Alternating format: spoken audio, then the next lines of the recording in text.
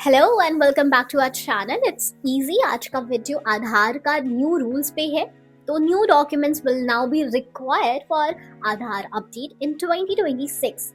The government has change the rules. तो आइए जानते हैं वो रूल्स क्या है। अब अगर आपको अपना आधार कार्ड अपडेट करवाना है या नया बनवाना है तो यूआईडीआई ने नए रूल्स और डॉक्यूमेंट्स की लिस्ट निकाल दी है जो 2026 के साल के लिए वैलिड है। सबसे जरूरी बात जो आपको समझनी चाहिए वो ये है कि एक इंसान के पास सिर्फ एक ही आधार नंबर हो सकता है। अगर गलती से या किसी वजह से आपके पास एक से ज्यादा आधार आईडी बन गए हैं तो घबराइए मत, क्योंकि यूआईडीएआई के नियम के मुताबिक वही आधार वैलिड माना जाएगा जो सबसे पहले आपके बायोमेट्रिक यूज करके जनरेट हुआ था।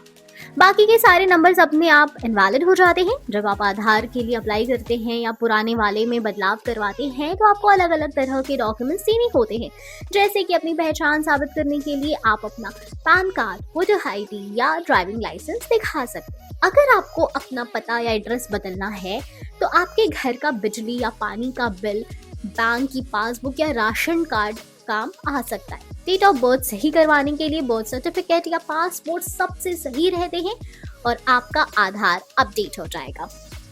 साथ ही अगर परिवार के सदस्यों के बीच रिश्ता दिखाना हो तो जॉब कार्ड या ऐसा बर्थ सर्टिफिकेट जिसमें माँ बाप का नाम हो वो काफी होता है। अपडेट करने का तरीका अब काफी आसान हो गया है और आप इसे घर बैठे ऑनलाइन कर सकते हैं। इसके लिए सबसे पहले आपको यूआईडीएआई की ऑफिशियल वेबसाइट myAadhar.uidai.government.in पर जाना होगा और अपने आधार नंबर से लॉगिन करना होगा। लॉगिन करने के बाद स्क्रीन पर जो भी जानकारी दिखाई दे रही है उसे ध्यान से चेक करें। अगर सब सही है तो आपको वहां दिए गए कंफर्मेशन बॉक्स पर क्लिक करना होगा। इसके बाद आपको एक ड्रॉप डाउन मेन्यू दिखेगा जहां से आप वो डॉक्यूमेंट चुन सकते हैं जो आप आइडेंटिटी प्रूफ के तौर पर देना चाहते हैं।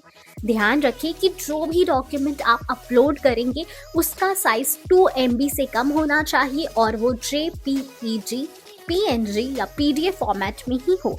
आइडेंटिटी प्रूफ अपलोड करने के बाद बिल्कुल इसी तरह आपको अपने एड्रेस प्रूफ के लिए भी सही डॉक्यूमेंट सेलेक्ट करके उसे अपलोड करना होगा। जब आप दोनों डॉक्यूमेंट्स अपलोड कर लेते हैं तो आखिरी में सबमिट बटन दबा दें।